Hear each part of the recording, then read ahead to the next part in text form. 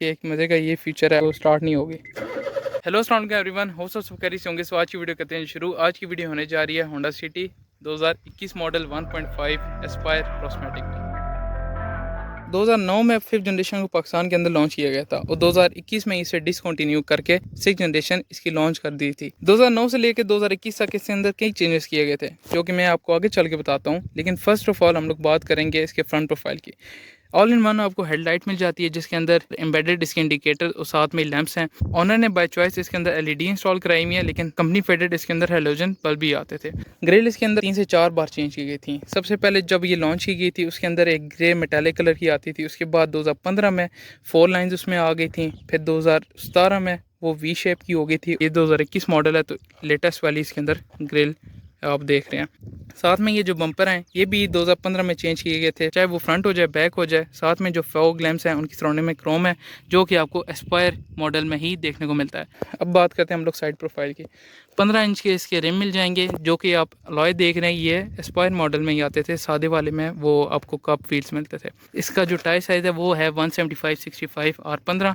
छोटा टायर है, ज़्यादातर लोग जब भी इसे लेते हैं तो ये वाला टायर चेंज करा के इसमें 185 की प्रोफाइल लगा लेते हैं। अगर वो 195 की तरफ जाए तो टायर थोड़ा सा ज़्यादा बड़ा हो जाता है। बात करते हैं ब्रेक्स की। फ्रंट पे सॉलिड डिस्क और बैक पे ड्रम। ये वाले जो आप स्टेप्स देख रहे हैं ये 2017 में ही आए थे इसके अंदर, जो कि इसकी लुक को एनहांस करते हैं। इसके अंदर एम्बेडेड सिग्नल्स नहीं आते थे पहले, ये यहाँ पे आता था, तो ये भी बाद में चेंज कर दिए गए थे। और ये मैं आपको साफ बताता चलूँ, ये रिट्रैक्टेबल नहीं है, आपको ऐसे ही इसे टर्न करना पड़ेगा। अंदर से आप लोग इसे एडजस्ट कर सकते हो। होंडा ने बाय चॉइस ये विंडोज टिंट कराई हुई है। रेन वाइजर्स भी आफ्टर मार्केट है। होंडा ने इस शार्क फिन एंटीना को काफ़ी ज़्यादा एडवर्टाइज किया था।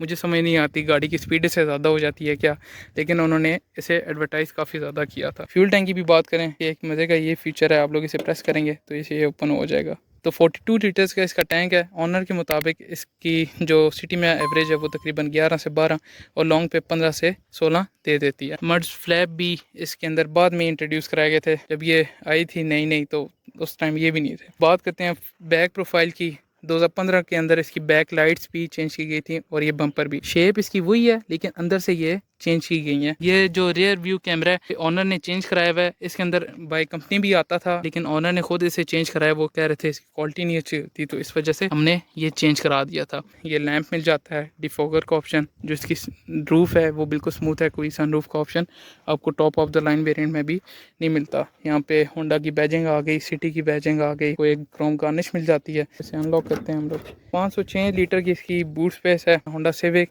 या क्रोला कह लें, यारे से भी इसकी बूट स्पेस काफ़ी है। आप लोग ये देख लें कि इन्होंने यहाँ पे जो कवरिंग दी हुई है वो भी इन्होंने आगे डीप की हुई है। नीचे आपको स्पेयर व्हील मिल जाता है जो कि अलॉय नहीं है, सिंपल स्पेयर व्हील मिलता है आपको इसमें भी। तो इस तरह की आपको की मिलती है जिसमें लॉक और अनलॉक का ऑप्शन है। ये जो सारी कवरिंग है ये आफ्टर मार्केट है और इसके अंदर इमोबिलाइज़र का ऑप्शन है। इसका फंक्शन क्या है, जब आप लोग इसे इंसर्ट करोगे तो अगर मैं इस इमोबिलाइज़र को यहाँ पे इस तरह हाथ में ग्रैब करके, तो आपके सामने है, जितना मैं इसे स्टार्ट करता हूँ तो ये इसका फ़ायदा है, जब तक इमोबिलाइज़र आपके पास नहीं होगा तो गाड़ी स्टार्ट नहीं होने वाली। तो आप ये देखें गाड़ी हमारी स्टार्ट हो गई है। वैसे तो आपको सारा मटेरियल यहाँ पे प्लास्टिक का मिल जाता है, हार्ड प्लास्टिक है सारा। और ये जो मटेरियल देख रहे हैं ये लेदराइड है। जो नॉन एस्पायर मॉडल्स होते थे उसके अंदर फैब्रिक आता था। यहाँ पे जो ट्रिम्स हैं ये वुडन है, जो कि बैक वाले डोर से स्टार्ट होके all over the dashboard back तक जाती है। यहाँ पे जो इसका कलर है थोड़ा सा फेड हो गया है। रिट्रैक्टेबल मिरर मैं आपको बता रहा था, रिट्रैक्टेबल मिरर्स नहीं है अंदर से, वैसे आप लोग एडजस्ट कर सकते हैं। यहाँ पे आप लोग विंडोज़ लॉक करके, और ये जो वैसे तो सारी जितनी भी विंडोज़ हैं इसकी इलेक्ट्रॉनिक हैं, लेकिन जो ड्राइवर विंडो है वो फुली ऑटोमेटिक है। स्पीकर इसके अंदर 4 दिए जाते थे एस्पायर वाले वेरिएंट में। अगर आप लोग रिबॉन से फेमिलियर हो तो आपको इसका सेटिंग उससे बहुत ज़्यादा मिलता जुलता रहेगा। है ही शेप उस जैसी, लेकिन ये थोड़ा सा साइज़ में बड़ा है। साथ में बताते चलो ये इलेक्ट्रिक पावर स्टीयरिंग है। इसके अलावा ये सारा टिल्ट हो सकता है, आप लोग इसे बाहर खींच नहीं सकते, ये टेलीस्कोपिक नहीं है। स्टीयरिंग पे आपको कोई वैसे मल्टीमीडिया कंट्रोल्स नहीं मिलते। आप लोग वैसे आफ्टर मार्केट इसमें लगवा सकते हो। साथ में क्रूज़ भी इसके अंदर नहीं आता, वो भी आफ्टर मार्केट इस गाड़ी के अंदर लग जाएगा। मैं यहाँ पे फॉग लाइट का option, storage space, fog light का ऑप्शन यहाँ पे भी दिया जा सकता था लेकिन अब होंडा ने नहीं दिया। यहाँ पे आपको लाइट्स का ऑप्शन मिल जाता है। साथ में आप लोग यहाँ पे इंडिकेटर्स 4 ही इसके अंदर एयर वेंट्स है। कोई एयर बैग इसके अंदर नहीं दिए गए, ना इस साइड पे ना इस साइड पे। Top of the line variant है, इतना सा ये गाड़ी आती रही है। एक साइड पे तो यार कम से कम देना ही चाहिए था। मीटर क्लस्टर की तरफ चलते चलें, इस साइड पे इसका आरपीएम है जो कि 8000 तक लिमिट करता है, 220 इसकी मैक्स स्पीड है। यहाँ पे आपको फ्यूल गेज और इस साइड पे सारे गियर इंडिकेटर मिल जाते हैं। मैं आपको अप्लाई करके दिखाता हूँ। गियर इंगेज कर रहा हूँ और ये यहाँ पे चेंज हो रहा है। जो MID स्क्रीन है इसके अंदर आपको, जिस तरह मैं आपको पहले बता रहा था, 11 की फ्यूल एवरेज देती है, तो यहाँ पे भी 11.2 शो कर रही है। रेंज, टोटल माइलेज और इसके अलावा ट्रिप, ये जो ऊपर आपको स्क्रीन नज़र आ रही है, ये जब आप लोग गाड़ी ड्राइव कर रहे हो तो उस हिसाब से आपको एवरेज शो कर रही होती है। वैसे तो अभी इसके अंदर ब्लू लाइट्स हैं, लेकिन इससे पहले इसके अंदर ऑरेंज आती थी। सो इस सारे पार्ट के बाद अब हम लोग आते हैं गाड़ी के सेंटर कंसोल की तरफ। ये सारी ट्रिम आपको पहले सिल्वर कलर की मिलती थी, लेकिन जब एंडिंग मॉडल से इसे भी चेंज करके फेसलिफ्ट के दौरान ग्लॉस ब्लैक कर दिया गया था। उन्होंने बाय चॉइस इसे चेंज कराया है, इस LED को। इसके अंदर जो वैसे कंपनी फिटेड आती थी वो भी एंड्रॉयड होती थी, उसके अंदर भी ब्लूटूथ वगैरह सारा कुछ था। अब जब ये स्क्रीन चेंज कराई है तो ओनर को उसके साथ साथ ये भी चेंज कराना पड़ा, क्योंकि जो ओरिजिनल वाले में ये स्क्रीन फिट नहीं होती थी। इस तरह का आपको इसके अंदर क्लाइमेट कंट्रोल मिल जाता है, डिजिटल क्लाइमेट तो इसमें देना ही चाहिए था। खैर, अगले जो अभी नई जनरेशन का जो top of the line variant है उसमें आता है, आपको मिल जाता है एयर फ्लो का। अगर आप लोगों ने ऑप्शन सेलेक्ट करना तो वो है यहाँ पे 12 वोल्ट की सॉकेट, जिसमें अभी भी चार्जर लगा हुआ है। यहाँ पे कप होल्डर्स मिल जाते हैं। ट्रांसमिशन इसकी प्रोस्मेटिक है जो कि काफ़ी स्मूथ है। इस सारे रिव्यू के बाद इंशाल्लाह मैं POV ड्राइव भी शूट करूँगा, वो भी आप लोगों के लिए हेल्पफुल रहेगी। सो वीडियो को लाइक और चैनल को सब्सक्राइब मस्ट है। आगे चलते हैं वीडियो की तरफ। काफ़ी स्मूथ आपको ये प्रोस्मेटिक ट्रांसमिशन मिल जाती है, जिसके अंदर main function P, R and D हैं, और इसके अलावा 1 2 3 इसमें मैनुअल के ऑप्शन मिल जाती हैं। कन्वेंशनल हैंड ब्रेक, जिसके आगे यहाँ पे भी क्रोम का बटन है, ये भी एस्पायर वाले में मिलता था। इसके अलावा डिसेंट सा आर्म रेस्ट, क्लब बॉक्स में मिल जाता है जिसके अंदर स्पेस एम्पल है। जो डैशबोर्ड है वो सारा आपको हार्ड प्लास्टिक में मिल जाता है, मटेरियल इसका अच्छा है। वैनिटी मिरर्स इस साइड पे तो बिल्कुल नहीं, यहाँ पे है, लेकिन यहाँ पे भी लाइट नहीं आती top of the line variant में भी। यहाँ पे तो यार लाइट देनी चाहिए थी, लेकिन वो भी नहीं है, दरमियान में दी गई है। लेग रूम मुझे अच्छा मिल रहा है, अपने हिसाब से मैंने सीट एडजस्ट की हुई है। वैसे कोई भी बंदा बैठा हो किसी भी हाइट का, जो उसे हेड रूम है वो काफ़ी ज़्यादा मिलता है। पीछे मैं आपको जाके चेक कराता हूँ। आप कंफर्टेबल बैठे हुए हो? अब हम लोग चलते हैं बैक पे, तो सीट भी मैं पीछे कर लेता हूँ। अब तो काफ़ी पीछे हो गई, लेकिन देखते हैं क्या सीन है।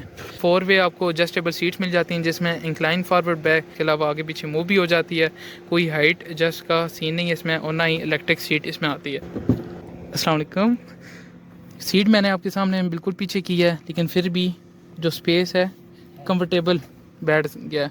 इसके अलावा हेडरूम भी मिल जाता है। मसला उसके लिए होगा जो थोड़ी सी तकरीबन 6 फुट की हाइट का होगा। इतनी तो पीछे किसी ने करनी नहीं। फिर नॉन एडजस्टेबल आपको हेडरेस्ट मिल जाती हैं, सीट के साथ ये जॉइन है। यहाँ पे आर्म रेस्ट जिसके अंदर 2 कप होल्डर्स, इसके अलावा आप लोग ग्रैबिंग के लिए 1 2 और 3 ग्रैब के लिए हैंडल्स मिलते हैं। सीट बेल्ट भी देते हैं।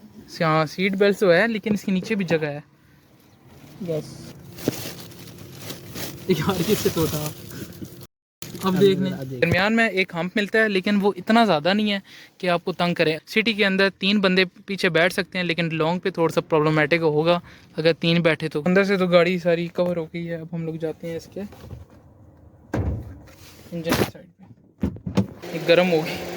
ये जो गार्निश है ये भी आपको पहले रफ ब्लैक कलर में मिलती थी, लेकिन अब ये भी पियानो ब्लैक में थी। इंजन का नाम 15A है। इसके अलावा अगर इसकी बात करें, SOSC का इनलाइन 4 सिलेंडर 16 वॉल्व इंजन है, जो कि हमें 118 से 120 हॉर्स पावर ये बना के देता है। इसके अलावा इसकी टॉर्क की बात करें तो 145 Nm है। साथ में यहाँ पे कोई मोल्डिंग वगैरह नहीं दी गई, ये बिल्कुल ओपन है, पे मोल्डिंग होनी चाहिए थी। तो इसकी ग्राउंड क्लीनेंस भी बता देता हूँ। इस गाड़ी की ग्राउंड क्लीनेंस 160 mm है, लेकिन अगर बात करें नई वाली जो इसकी 6th जनरेशन है उसकी 172 है, तो उसकी इससे थोड़ी सी ज़्यादा है। और वैसे अगर आप लोग इसमें 5 बंदे बैठेंगे तो गाड़ी नीचे लगेगी, क्योंकि गाड़ी है ही पहले से डाउन। तो मेरे ख्याल से मैंने हर एक चीज़ कवर कर दी। अगर फिर भी कोई चीज़ रह गई हो तो आप मुझसे कमेंट सेक्शन में पूछ सकते हैं। सर आ जाएँ प्लीज़। हेलो, इससे रिलेटेड मैं कौन सी वीडियो बना सकता हूँ वो भी आप मुझे कमेंट सेक्शन में बता सकते हैं। अगर वीडियो पसंद आई हो तो वीडियो को लाजमी लाइक, चैनल को सब्सक्राइब कीजिएगा। फिर भी अगर कुछ चीज़ रह गई हो तो मुझे कमेंट सेक्शन में आप पूछ सकते हैं। खैर, हमें दें इजाज़त। अपना बहुत सारा ख्याल रखिएगा, दुआ में याद रखिएगा, बहुत सारा प्यार। अल्लाह हाफिज़, लव यू ऑल, अल्लाह हाफिज़। चैनल को सब्सक्राइब मस्ट है।